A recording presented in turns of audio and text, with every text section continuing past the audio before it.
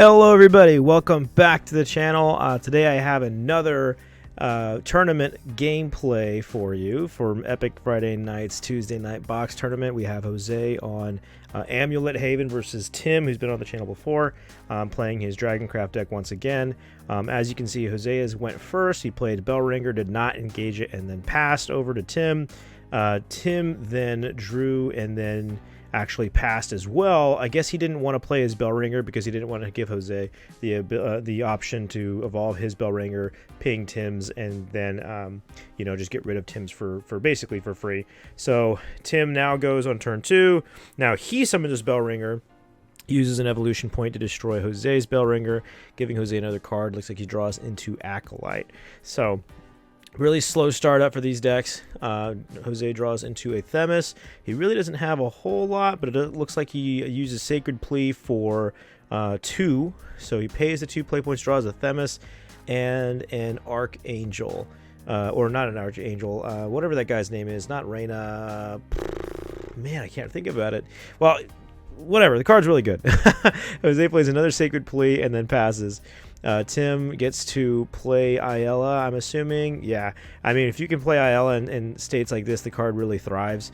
Unfortunately, it's really bad in this matchup. If Jose draws a Cudgel, then, I mean, he's really cooking there, but it looks like he doesn't. But he does draw a Blackened Scripture, so that's not bad. Not bad at all. I was going to say, he probably is going to sack the Sacred Plea for 2, probably draw 2 more cards. Yeah, he does draw 2. Draws into, there we go. Now he draws into a Prism Priestess, which is very good. I don't think he has enough play points to evolve it this turn. Yeah, no, he should be at 4, so he shouldn't have enough play points to evolve it. So he might end up passing here and discarding the Themis. Yeah, I mean, that's fair. I was thinking maybe you play the Prism Priestess so you don't have to discard anything, but pretty good chance that Tim would probably have something in his arsenal to out it, like a Blazing Breath or even Serpent's Wraith. So Tim draws. So now we see in Tim's hand we have Serpent's Wraith, Execution, Bellringer, Fafnir. That looks like a, I'm not sure what that is, and then a Shenlong. Okay, so he passes to Jose on 4 play points, so he's leaving up the Execution. So Jose is going to evolve the Prism Priestess. He's probably going to search, I'm assuming, Sentinel here. Yeah. Gonna search that Sentinel. Means he has 3 play points left, and he's probably gonna play that. Oh, I thought there was a beast called Arya in his hand. He pays another Sacred Plea, leaving him at 2 play points. I don't know that you really draw here. I mean, you're gonna draw into so much, and then you're gonna end up discarding. So I think he ends up passing here, and Tim is just contemplating activating something at the end phase. Looks like he's... Oh, no, he just lets it go and then moves on. Okay, so Tim has 5 play points. Still that Bellringer up, which is, I mean, that's fine. I mean, it'll probably come up eventually. So it's good that he still has it. He's going to play the Zernitra. Use the full play points to get the dragon out. Yeah, I mean... This is one of those times where I really just don't like Zenitra. I really have a love-hate relationship with that card. Okay, now he engages his Bellringer to hopefully protect his Zenitra from getting traded with the Prism Priestess, which probably won't happen. Jose draws into Olivia. That's a really nice card. Now with 6 play points, Jose does have a Jean. So he could Jean to wipe out the Bellringer and the Zernitra, putting his Prism Priestess at 2-4. But that probably doesn't feel that good. So I could see him activating the Sentinel here. Let's see. Oh, he's thinking about activating Themis. Yeah, that's fair. That's very fair. Just get rid of that dragon. Don't even give Tim the option. So Tim will finally draw off of that Bellringer. And looks like he is going to draw into a Forte. I think that might be, I don't know if that's an Erd or a Gen Dragon or something next to his Shenlong, but he also draws into Dragon Warrior, which is, I was going to say it's too little too late, but it hasn't really been that good, actually, leading up to this point. So really slow startup for both parties here, but unfortunately Jose is not getting to really set up his deck, and the longer things go on without Jose setting up, the better it looks for Tim. So yeah, Tim gets to freely summon his Forte, evolve it, hit Jose for 7, and there's just nothing he can do about it. Pretty rough. Pretty rough for sure. Tim is going to be left with 1 play point, so he's going to play a Bellringer, and that's just a really solid combo right there. Forte, Bellringer, pass. It's probably not as good as Forte Blazing Breath, but I mean, not bad. Okay, so Jose is going to play Kaguya, and he's going to drop Beast Call Aria for free, meaning he'll be able to hit the Bellringer. He won't be able to target Forte, unfortunately. Tim draws into Genesis Dragon. And then he's going to evolve the Kaguya. So this will bring out... Oh, and I also forgot to mention that the Holy Falcon came out. This will bring out Kaguya's Amulet as well, which would normally allow Jose to kill the... Forte, but he can't target it. And the Kaguya is able to trade with the Forte without taking damage because the Amulet, the Ephemeral Moon, says this turn, during Jose's turn, Kaguya cannot take any damage. So he can swing into Forte, takes no damage. So it's a really good trade-off for Jose, and then he hits Tim for 2. Neither of these guys are updating the big life counter there, so that's a little frustrating, but I think it's 13 to 18 here. So okay, so Tim draws into what I think is 7 play points. So he is in overflow now, I think. I thought he was in overflow last year, but I don't think he actually ended up being in overflow. So Tim's got some decisions to make here. With 7 play points, he can go into... Ah, there they go. Now they're updating. Okay, so 16 to 18. Oh, that's right. So Jose was at 13, but then the Kaguya actually heals for 3. I don't know why it heals. The card is already like so good already, but the healing is just like icing on the cake. Okay, so the card that I couldn't see the whole time was actually Erd, for sure. Okay, so Tim could just drop Erd right now, get rid of the Kaguya, banish it, and then swing into the Falcon. That's not bad. That's not bad at all. It costs a total of 5 play points. Okay, so he can do that for... Yeah, he's going to get rid of the Kaguya. He's going to evolve the Erd. I think you probably spend a play point here just so you have a Serpent Wraith locked and loaded. But who's to say? Let's see how... Yeah, okay. So he is going to spend that play point. So he'll banish the Kaguya now. So now he's left with 3 play points. He can attack into the Holy Falcon, leaving his Erd at 3-1. Yep. And now if Jose tries to attack the Erd, or if he just plays anything threatening, Tim should be able to Serpent Wraith at the end phase. And since Overflow is active, he'll be able to draw a card as well to replace it. So Tim's in a really good spot, for sure. I mean, Jose still has not been able to set up his Sentinel, which he really needs to do as soon as possible. I bet he would do that here. Yeah. He's thinking about it. He's grabbing that. I mean, there's really nothing else in your hand that is really worth playing into a board of just Erd. So, okay, so he is going to play the Sentinel finally. He's going to be left with 2 play points. He's going to sack the Beast Call Aria to bring out a Holy Tiger. And then Sentinel will trigger, giving him another Tiger with Ward. And both of them, of course, have Rush. So he's going to take 1 Tiger. The one with Ward, he's going to attack into the Erd. Interesting. I guess. Yeah, I guess because... yeah, I mean, if it lives, then you kind of want the weaker one that's going to get hit first to have a lower health. That makes sense, yeah. So he's going to let that go. Okay, so he lets that go. Okay. And then Tim's going to pass, or Jose's going to pass, and he's going to hit the Holy Tiger. I don't know. I feel like you just Serpent Wraith the Ward, the one that was attacking you. I don't know about that. But I don't know. Okay, anyway. Tim now goes up to, I think, 8 play points. So he's got a few good options here. He's probably thinking about executing the Holy Sentinel because that's the bread and butter of Jose's deck. You know, that's where all of his his muscle and win strategies come from. So I don't blame him. But now he's looking at, oh yeah, that's a good combination. So he could go summon Dragon Warrior, evolve it just to hit the Tiger, and then leave it reserved, and then he can execution the Holy Sentinel, and that's exactly 8 play points. So yeah, that's not bad. Put some pressure on Jose to out the Dragon Warrior, because it's 4 damage, and that does not feel good. And so he's going to use the rest and hit the Holy Sentinel. Okay, so I don't see a I forgot what whatever that spellcaster magician thing is that costs 4 and it brings out an amulet, but I don't know if Jose even plays that, but it's definitely not in his hand. So now things are looking a little bit more awkward, because he doesn't have anything in his hand that really obviously he can address the Dragon Warrior, but he doesn't have anything that really puts him ahead of the game. Tim really is just in full control. I mean, Jose is basically playing at the pace that Tim wants him to. Okay.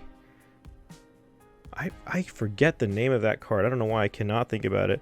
I'm looking through. You can't see, but right now I'm looking through my cards to figure out what is the name of the card. I keep thinking of Archangel because it sounds like Archangel Reina, but it's not Archangel Reina. It's Radiance Angel. Okay, all right, yeah, that's pretty close. So he summons Radiance Angel, evolves it, gains 2 health, and then engages it and passes turn. I think he has 4 play points left, so he has Acolyte locked and loaded. I think that he is just I think he's just being prepared for the worst. I mean, he's not in a good spot, but Acolyte kind of helps him out. You know, it's nice to see that he has been hit with an evolved Forte and he's back up to 18. I bet that feels really good for him, because, you know, Haven's only possible, you know, bad matchup, I guess, is like his version of Haven is probably Dragon, but because Forte, he just has no like easy answers to it besides maybe Jean. But yeah, I mean, he's already deleted that damage pretty much, so it's not bad. I think Tim here has to go for he's looking at dropping the Archangel Reina. I think you probably just go for Shenlong here, truthfully.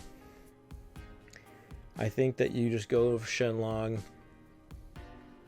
keep Jose even further away, because I think that Radiance Angel is at 4/5, so I think he should just be able to attack over, hit Jose for 4, and then feel good about that. Oh, never mind. That's actually really bad, because I forgot he has enough points for Acolyte. So if he did my play, that'd be really bad. So I think Tim is now trying to figure that out too. Like, what does he want to do versus this Radiance Angel? Maybe, I mean, if you really want to make sure it definitely goes, you will Dragon Warrior it and then attack into it with the Dragon Warrior. Either one, probably the one you just evolved, but we'll see. I don't blame Tim for taking his time here, because it really is kind of a tough choice. Okay, so he is actually thinking about going into the Shenlong. That's interesting. I don't know.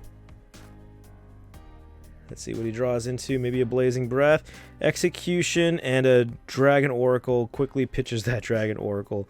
Yeah, no, I mean, that card is really bad once you've once you and your opponent have already been at war a little bit. Okay, so Tim has looks like 4 play points left. He could honestly just be thinking about just executing the Radiance Angel. It's not bad, or he's gonna go with the other play that I mentioned, just summoning Dragon Warrior. Yeah, I mean, because at least this way you're gonna ensure that it's definitely gonna go away. So he's gonna pay the rest of his play points, summon Dragon Warrior, evolve it, deal 3 damage to the Radiance Angel, and then he's gonna attack with the Dragon Warrior. I think you Acolyte this one. I mean, it doesn't matter actually. I mean, if you don't Acolyte that one, then you can just Acolyte the other one. Yeah, so Jose's back to 20. It's crazy. It's crazy that he's now in the lead in this game after getting hit with an unevolved Forte, and he's back in the lead of the game. So Tim trades the Dragon Warriors. I would feel really good about that if I was Jose. I'm sure he does, but now you're just staring down a Shenlong, but that you should still address. But he's got answers in his hand. He's got Acolyte. He's got Jean to do some damage. But mostly, yeah, the Acolyte. He even has Prison Priestess to forcibly engage it if he needs to, because he can search Hair of Illusion. So, let's see what he ends up doing here. So he plays Dark Angel Olivia. He's going to heal himself to 23 and draw a card. And now he finally draws the Cudgel. That would have been really helpful in the beginning of this game, but it be like that sometimes. It do be like that. Let's see. All right, now he's thinking about playing the Prism Priestess. So I think it looks like he has 5 play points left. Yeah, I was going to say, I think you need to banish that because you just don't want him to evolve, hit you for 5, and heal 5 on his own. So Tim is now at 25, or sorry, Jose's at 25 to Tim's 18. Tim draws Dark Angel Olivia himself. Okay, all right. Let's see. I think Tim is now going to be at 10 play points. So, honestly, I mean, Jose's at 1 play point. You've seen 2 Acolytes. I can see you just dropping Gen Dragon right here, but probably not. I'm kind of trolling. So he's thinking about playing Archangel Reyna because he has 2 Dragon Warrior Evolves banished or like used up, and then he also used a Forte. So it would be able to recover 3. So ultimately, it's like you're playing it for 2. So not bad. And you have a ward. So basically, it just creates a big board that Jose's going to have to deal with. Which Jean definitely helps, but I mean, I don't know. It's not. It doesn't even deal with the Reyna. If he leaves it standing, the Jean won't even deal with it. So yeah, it looks like Tim's going to go with that play. Or not. He's a tease. So Tim looks like he has Gen Dragon, double Fafnir, Archangel Reyna, Execution, Dark Angel Olivia, and a Forte. Yeah, I don't know. I mean, Jose has so much health that all of it feels bad. Like Gen Dragon and Forte just kind of feel bad. Like they feel insignificant, if that makes any sense. Okay, he's thinking about going Execution on the Olivia. Okay. Not bad.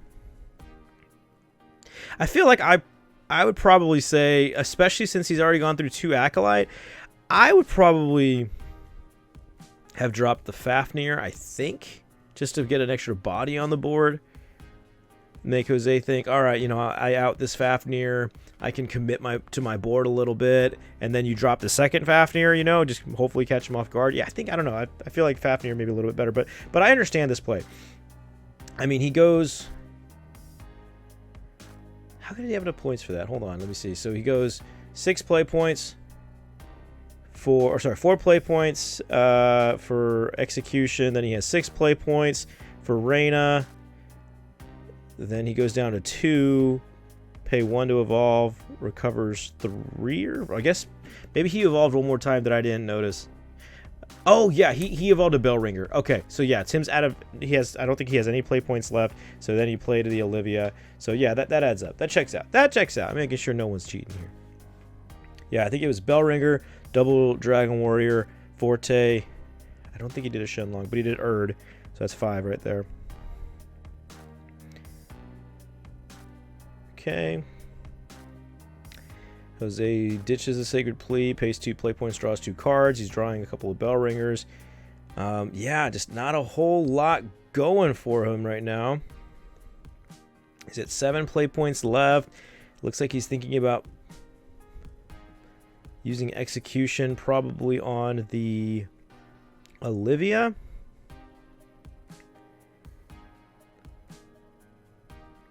Okay, puts double Bellringer out, leaves 5 play points. Ooh, that's a nice play. So he's going to go Jean, evolve it, just deal 4 damage to everything that's on the board, and make his bell ringers 4/4s, or 0/4, sorry. God, can you imagine? 4/4 bell ringers? Man, that'd be crazy. Yeah, I mean, the bell ringers are going to get dealt with, unfortunately. I think that play, the problem with that play is that it does not do anything against Fafnir, for sure. I mean, yeah, that's the downside to it. So unfortunately, Jose's gonna eat all of that damage. He's gonna take 10. Or no, I think it's actually that's 10. Yeah, 5, 6, and 5, 5. Draws 2 cards though. So now he's down to a normal person health of 15. This is a decent back and forth game, but I mean, it feels like it. But at the same time, even though Jose's been high health, he has kind of been behind this whole time, for sure. So it kind of creates the illusion that it's close, but it's really not. Oh my gosh. Tim plays a 5/5 shape-shifting mage. See, the thing about that is I don't even know. Oof. Okay, well, Jose draws Olivia. I don't know that you played into Themis a lot like that, but I kind of get it. I mean, the shape-shifting mage is not doing anything else in your hand, so okay, so now Jose is thinking about... Alright, so he plays another Jean. It'll pop the Olivia and the Archangel Reyna, so that was a good draw for him. But it doesn't out the Fafnir and the shape-shifting mage.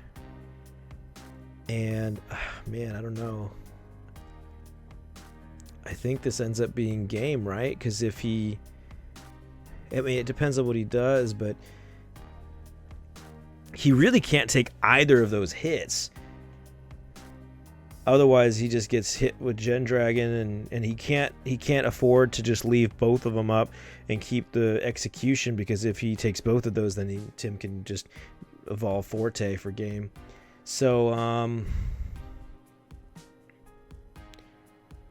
I think, oh man, so he's gonna summon Prism Priestess. Oh, yeah, I don't know. I don't think there's anything Tim can do here, or Jose can do. Yeah. I mean, he's holding the execution, I guess, to see if Tim drops Gen Dragon for game, but the correct play here for Tim is just to see if both those attacks go through. And if one of them goes through and Jose executes the other, you drop Gen Dragon. If both go through, you drop Forte. Yeah. So Jose's thinking about it. Do I take it? Do I not?